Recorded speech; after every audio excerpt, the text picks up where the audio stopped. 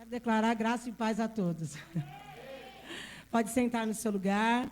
Deus é muito bom em nos proporcionar essa oportunidade de estarmos aqui, amém? Abre a tua Bíblia no livro de Eclesiastes, no capítulo 9 e o versículo 10, e anota aí no seu caderno de anotação.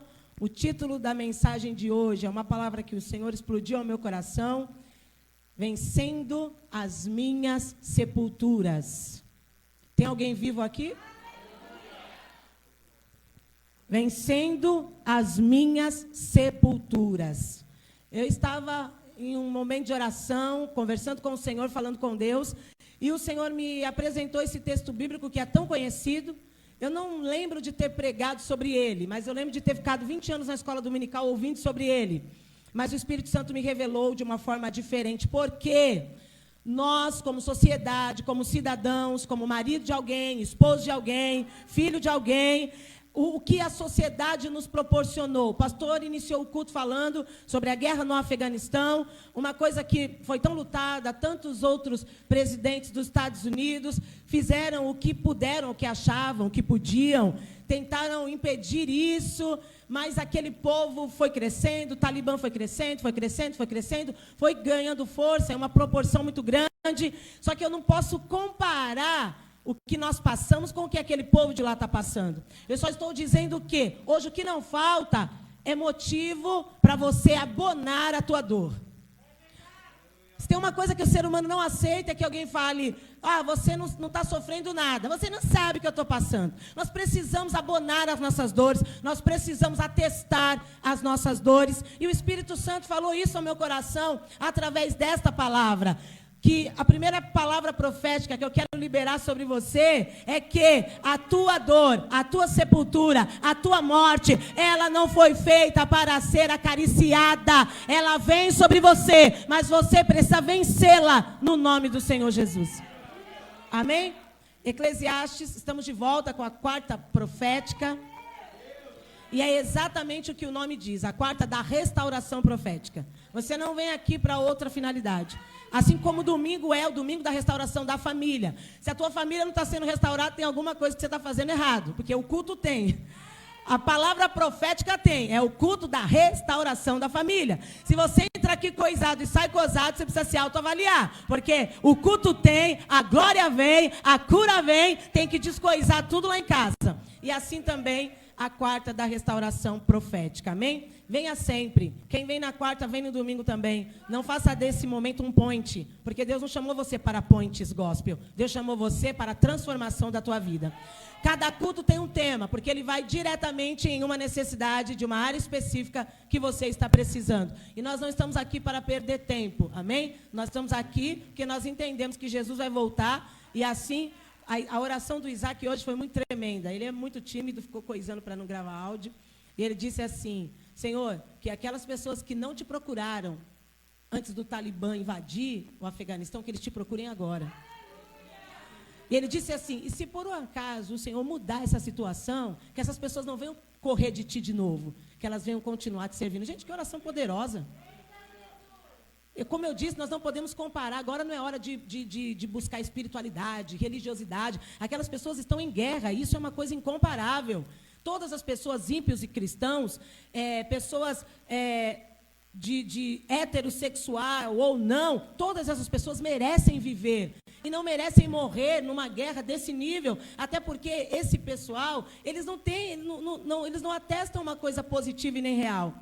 Mas que você também se lembre, olha o que Deus te proporcionou. Então, valorize isso.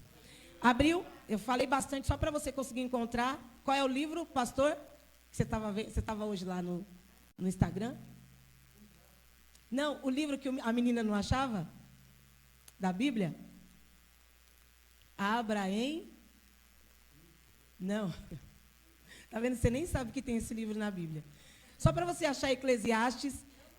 Glória a Deus. É depois de Salmos... Jó, Salmos, Provérbios e Eclesiastes. O Salmos está no meio. Eu acertei Eclesiastes depois de Provérbios? Eu pensei que vinha Cantares antes. Jó, Salmos, esses 4 eu consegui gravar. E eu sei que Gênesis é o primeiro e Apocalipse é o último. Glória a Deus. Irmã, aqui a gente tem achou? Agora acha o nome. A gente deu uma dica, porque o pessoal veio de outras igrejas, a maioria, de 30 anos de igreja, e não sabia achar os livros. Aí eu falei, vai lá no índice. Não é vergonhoso, porque se o índice está lá, é porque é para alguém usar. Amém? E às vezes vocês vão me ver procurando no índice, porque eu também não consigo achar, não. A minha Bíblia ela é muito santa, então eu não consigo abrir com muita facilidade. Tudo o que te vier a mão para fazer, faze-o conforme as tuas forças. Porque na sepultura, para onde tu vais, não há obra, nem indústria, nem ciência, nem sabedoria alguma. Vamos ler comigo no 3. Eclesiastes, capítulo 9, versículo 10, irmã. 1, 2, 3. Tudo o que te vier a mão para fazer, faze-o conforme as tuas forças, porque na sepultura, para onde tu vais, não há obra, nem indústria, nem ciência, nem sabedoria alguma. Esse texto, que quando você lê o que vem antes, você vai entender que Salomão está nos dando alguns ensinamentos de vida, de como viver. E ele vai falar de como você viver com a sua esposa, como você viver com os bens que você adquiriu, como você viver com qualidade de vida. Mas, como eu disse, conversando com o Espírito Santo, ele ministrou algo ao meu coração sobre esse texto. Eu quero que você olhe aí na sua Bíblia e marque. Quem não tem Bíblia física, pode baixar a Bíblia no celular, tá bom? Você for lá na igreja do meu pai, gente, meu pai prega com um celular, não tem esse negócio de Bíblia física, não. Aqui também, de vez em quando, eu prego com o celular. Baixa a Bíblia física no seu celular para você acompanhar com a gente a leitura, para a gente poder ouvir sua voz tão bonita. Tudo quanto te vier a mão para fazer, faze-o. Conforme. A maioria das pessoas que eu vejo lendo esse texto, fala assim, mas está vendo o que o texto está dizendo? Deus sabe da minha força. Porém, a ênfase para esse texto não é conforme a tua força, é fazer. Ele diz assim, tudo quanto tiver a mão para fazer, faze-o. Antes de medir a tua força, ele diz para você fazer. Depois ele vai dizer para você medir a sua força. Se nós pegarmos aqui o Renan e falarmos para ele, levanta o seu carro, ele vai levantar com um braço só. Se nós falarmos isso para o outro irmão, que eu não vou falar o nome para não envergonhar, mas olhem para mim que eu olho para ele. Ele não vai nem com duas mãos.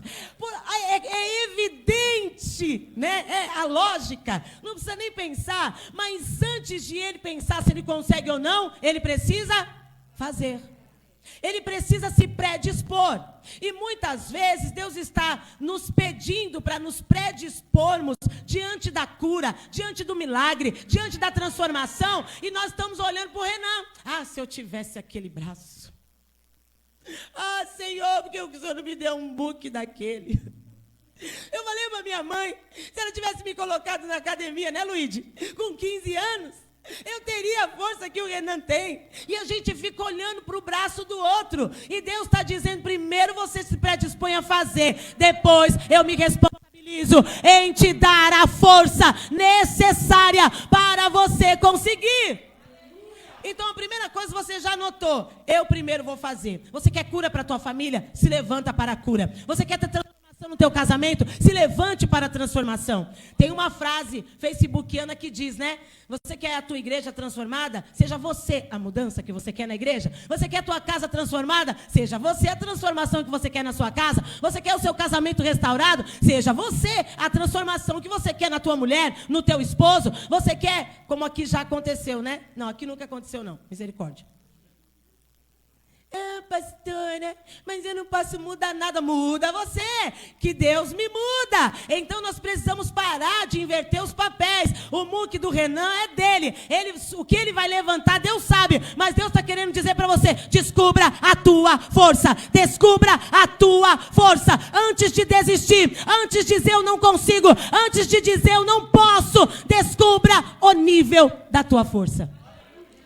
Aí ele segue dizendo, porque na sepultura, repita comigo, sepultura. Ô irmão, quando eu me deparei com essa revelação do Senhor, eu falei, nossa Jesus. O Senhor disse, tem pessoas que estão acariciando, cultivando a sua sepultura.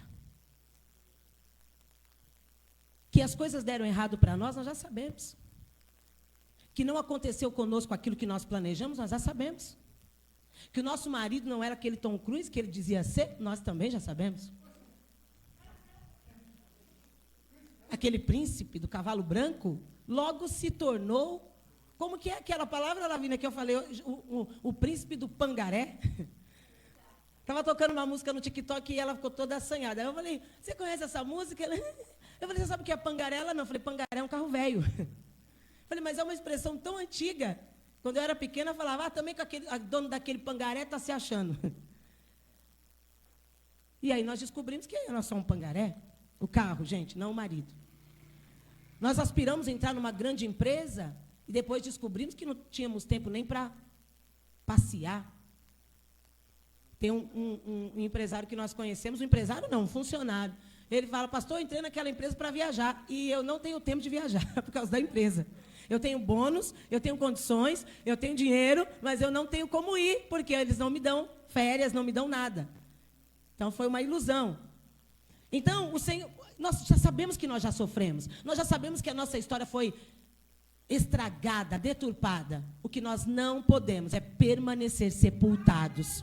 E aí ele começa a dizer, para onde tu vais? A sepultura para onde tu vais? E aí nesse texto eu quero trazer para o presente. A sepultura onde nós estamos. As sepulturas que nós permitimos viver. As sepulturas que o diabo coloca diante de nós, as mortes, e nós aceitamos viver. Seja ela espiritual, seja ela ministerial, seja ela familiar, seja ela conjugal, seja ela profissional, de qualquer espécie. A morte está batendo a nossa porta, nós estamos dizendo, eu estou morto. Não tem pessoas aí que lá no Cesoma compra o seu túmulo. As pessoas estão comprando. A Evelyn deu risada. Estão enfeitando e já estão deitando. Isso no âmbito espiritual. Mas não, já estão estreando. Você não tem força para se levantar na tua dor. Você não tem força para se levantar no teu problema. O diabo diz não vai dar certo. Aí você vai lá, dá uma alisadinha na sepultura e fica dias. Deus está dizendo, esse não é o teu fim, não foi para isso que eu te chamei, porque aqueles que estão em mim, ainda que estejam mortos, viverão, ainda que estejam mortos, eles terão vida. Então é hora de quebrarmos as nossas sepulturas, nos levantarmos, porque nós ainda quando estamos mortos, nós ainda estamos vivos.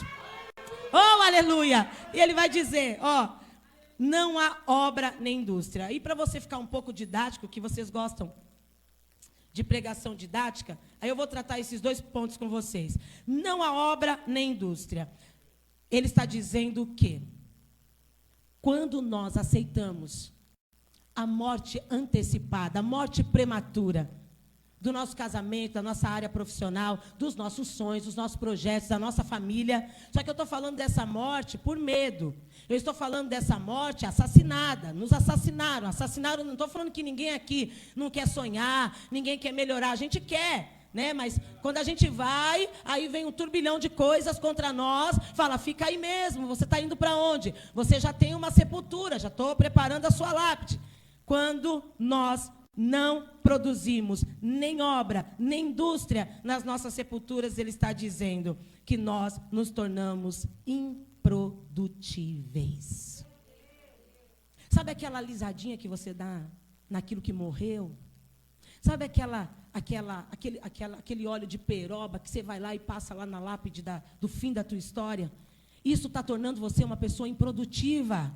Dentro do seu casamento, dentro da empresa que você trabalha ou pretende entrar, dentro da igreja, na tua família. E nós temos o hábito de sermos muito, de cobrarmos muito, né? Aqui tem duas ou três pessoas, não vou apontar, porque eu não sou o tipo de pastora que aponta. Eu não sei porque tem gente reagindo, parece que, sabe, aquela coisa, mas eu acho que devia ser assim. Mas, porém, vamos olhar para nós agora. É uma pregação individualista, ninguém olha a lápide de ninguém. Tá combinado? Ninguém vai checar a sepultura de ninguém. Agora nós vamos olhar para nós. Quando nós olhamos para a nossa realidade, nós descobrimos que nós estamos sendo improdutíveis.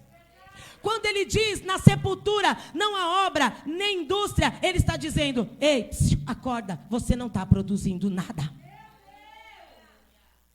Ei, desperta desse sono, você está improdutível. Ah, mas por que tal coisa na minha vida não muda? Você está produzindo, você está produzindo, você está produzindo. O irmão trabalha com tinta, fabrica tinta. Fábrica de tinta, fabrica tinta. Tem uma linha de produção, tem ou não tem? O pastor hoje estava falando que você tem uma empilhadeira da Toyota, acho que ele está querendo para ele. Eu fiquei pensando, o que ele quer fazer com uma empilhadeira? Vindo do Gilson, nunca se sabe. Ficou falando da empilhadeira, e eu fiquei assim, mas isso é assunto para falar com a esposa? E a empilhadeira? E o Dailton falou que é a melhor. Eu falei, gente, coitado, Deus vai dar uma empresa para ele, vai precisar de uma empilhadeira e vai pedir oferta. O Dailton e o Márcio são os empilhadeiristas da igreja. Precisa de uma produção, sim ou não? Se alguém desiste de produzir, vai ficar uma empresa com nome, um CNPJ, mas improdutiva. Então Deus está dizendo para você, por que você parou de produzir no seu casamento? Olha, isso é profundo, hein? Nossa. Está produzindo, irmão? Está produzindo? Por que parou de produzir no casamento? Porque parou de produzir na igreja. Porque parou de ser o melhor funcionário na tua empresa. Porque parou de ser o melhor pai, o melhor marido, a melhor esposa, o melhor filho. Porque você parou de produzir. Porque se você não produz, não tem obra nem indústria. Então é uma sepultura. Entendeu? Quando hibernamos na sepultura das nossas obras, nós ficamos improdutíveis. Improdutível, segundo o dicionário, significa aquele que não produz, aquele que é estéril, aquele que não dá resultado, que não rende e fica frustrado. Só a Cristiana glorificou. Quando eu hiberno, todo mundo aqui sabe o que é hibernar? Né? Os ursos, eu não sei, é inverno agora lá no Alasca? É, será? Não sei. É, mas tem todas as estações. No inverno os ursos hibernam. Eles ficam lá, com a pança para cima. Eu posso falar pança porque é de urso, viu? Se fosse da pança do pastor era pançonofobia. Pançonofobia, sei lá. Eles ficam assim, ó.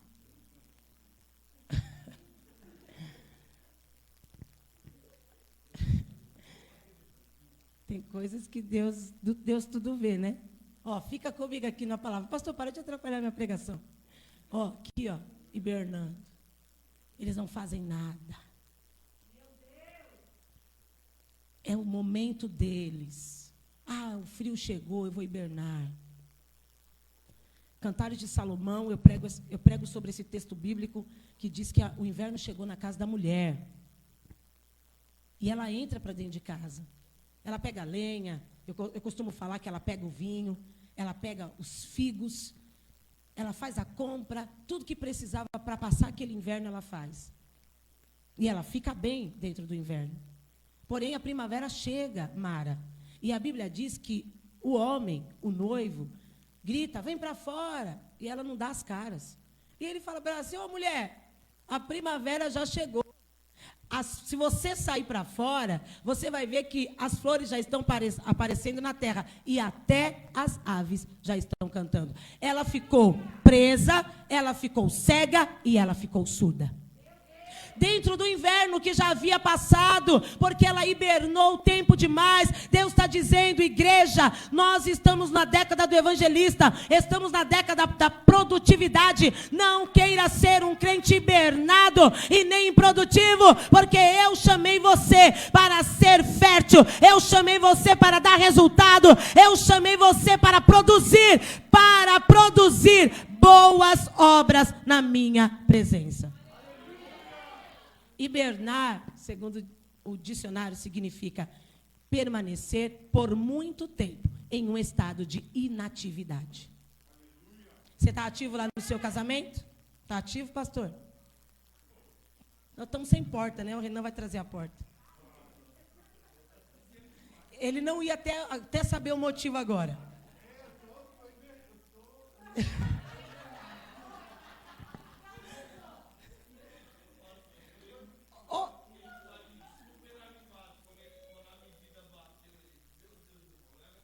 Então, mas você vê, homem não sabe conversar. Ele não falou o motivo. Se tivesse falado, você tinha trazido na hora. Ele está hibernando.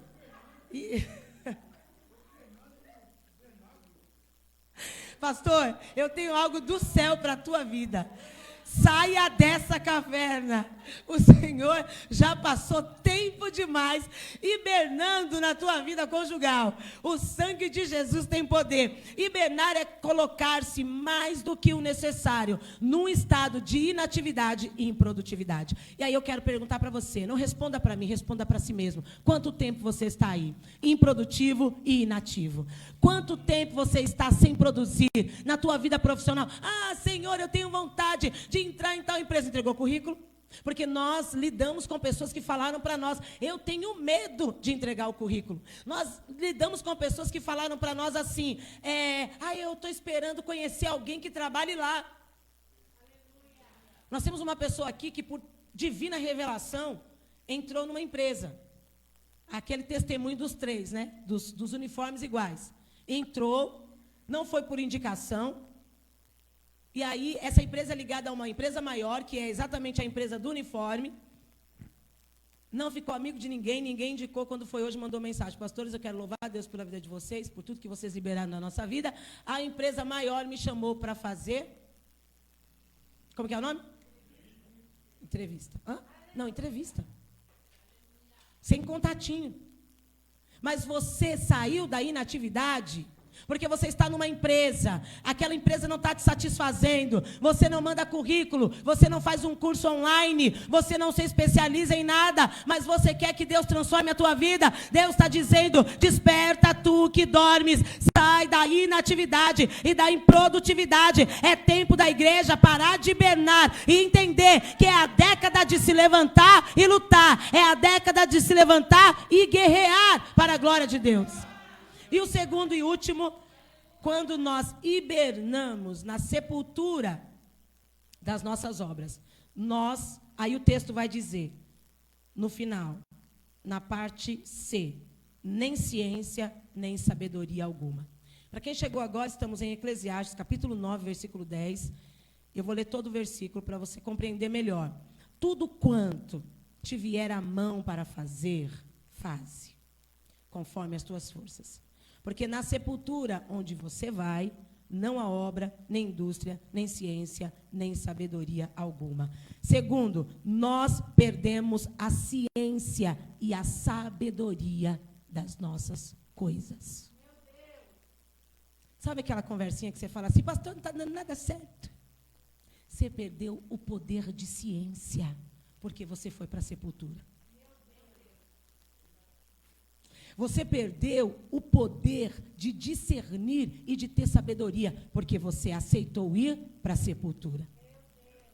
Aí ele vai dizer, quando nós perdemos a ciência das coisas, nós perdemos, a ciência não é aquilo que faz lá na NASA, não. A ciência está ligada às nossas habilidades, discernimento, percepção e noção.